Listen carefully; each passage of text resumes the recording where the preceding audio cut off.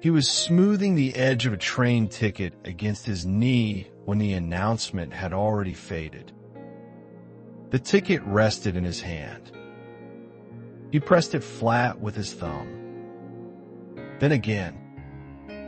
The paper bent slightly at the corner where he had folded it earlier. Not a full crease, just a habit of his fingers. The platform stretched out in front of him. Long, open, almost empty. He did not look down the tracks. The ticket stayed where it was, balanced across his palm. Light enough to lift. Light enough to forget. A distant engine hummed somewhere beyond sight. He shifted on the bench and crossed one ankle over the other. The sound rolled through the station, then thinned into something softer. He told himself there was still time. He turned the ticket over, looked at the printed lines without reading them. The numbers meant something. The destination meant something. But not yet. He slid the ticket halfway into his jacket pocket, then pulled it back out. The paper had warmed slightly from his skin. A door closed somewhere behind him. Footsteps passed. Someone dragged a suitcase across concrete. The rhythm of movement around him felt steady, unhurried. He leaned forward, elbows on his knees. The ticket rested between his hands now, held gently, as if it might slip away on its own. He glanced toward the far end of the platform, but only briefly. The tracks shimmered under the afternoon light. No train in sight. Or maybe it had not arrived yet. He folded the corner again. Smaller this time. He could stand whenever he wanted. He remained seated. The station clock ticked in a steady pattern above him. He did not check the time. The air felt ordinary. Just another hour moving through the day. The ticket lay quiet against his fingers. And something in front of him was already beginning to move. The sound reached him before the movement did. A low vibration beneath the bench.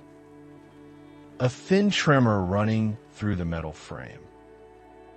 He kept the train ticket between his fingers and listened without turning his head. The platform began to gather noise. Wheels rolling. Fabric brushing. A cough. A zipper closing. He straightened his back, but did not stand. The ticket rested flat against his palm now. No longer folded. The corner he had bent earlier pressed lightly into his skin. The train slid into view slowly, its body stretching along the tracks with a long, patient sigh. He watched it only from the edge of his vision. People rose around him, one by one. He remained seated. The doors opened with a soft release of air. A narrow pause settled over the platform, the kind that feels like an invitation. He shifted forward slightly, placing his feet firmly on the ground. The ticket moved from one hand to the other. He told himself he would stand when the line shortened. He watched a woman step inside, then a man with a small bag. Then someone turned back to wave at someone else. The space between the bench and the train door did not look far. He stood halfway, then sat back down. The ticket slipped from his fingers onto the bench beside him. He picked it up immediately, smoothed it again, as if the paper needed reassurance. The platform was thinner now. Fewer bodies. Fewer sounds. He rose to his feet. The door nearest him blinked once, then paused. He took a step forward. Then another sound echoed from farther down the platform. A conductor's voice. Brief. Practical. He stopped. The ticket hung loosely at his side. The door began to close. Not fast.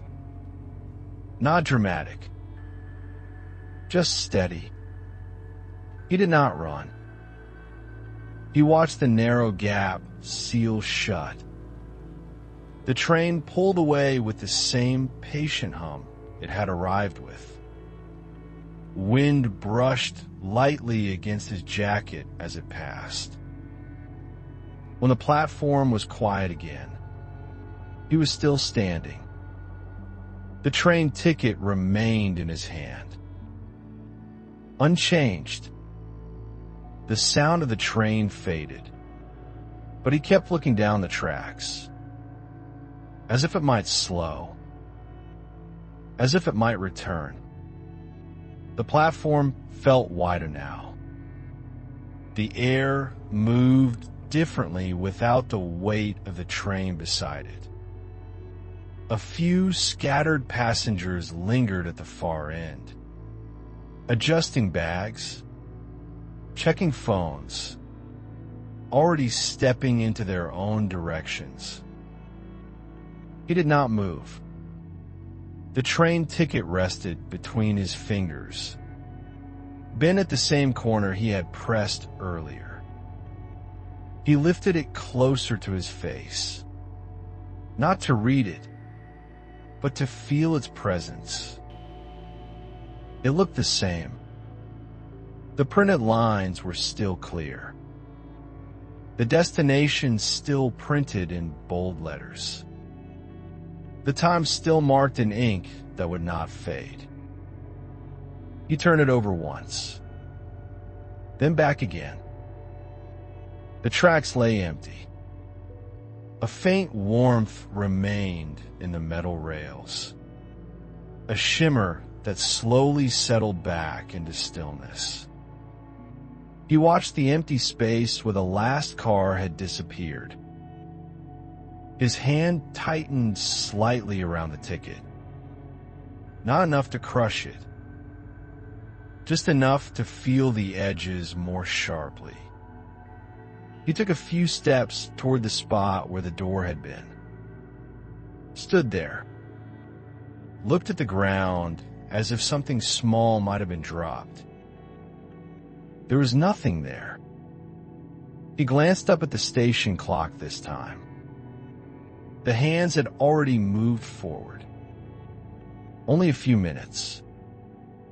Not long. He lowered his arm. The ticket hung loosely again. He could walk to the service desk. Ask about the next train. Ask about an exchange. Ask about anything. He did not. Instead, he returned to the bench and sat down in the same place as before. The wood felt cooler now. He placed the ticket beside him. Not in his pocket. Not in his hand. Just on the bench. He stared at it without touching it. The moment had not felt heavy when it passed. It had not felt final. It had felt ordinary, like waiting one more second. Now the space in front of him was only space. The ticket lay flat, unchanged, and the distance it represented had quietly grown. He stayed on the bench long after the tracks had gone still. The train ticket lay beside him, flat against the wood. He did not pick it up right away. Another announcement echoed through the station. Different destination, different time. The words moved through the air without reaching him. He leaned forward slowly and placed his hand over the ticket, not gripping it, just covering it with his palm as if shielding it from the light. The paper was cool now. He lifted it and looked at it again. The printed time had already passed. The numbers meant something different now. Not urgency. Not possibility. Just record. He folded the ticket once down the middle. A clean crease this time. Then he unfolded it. The line remained. He stood and walked a few steps toward the edge of the platform. Stopped at the yellow strip. Looked down at the rails. They were quiet. Empty.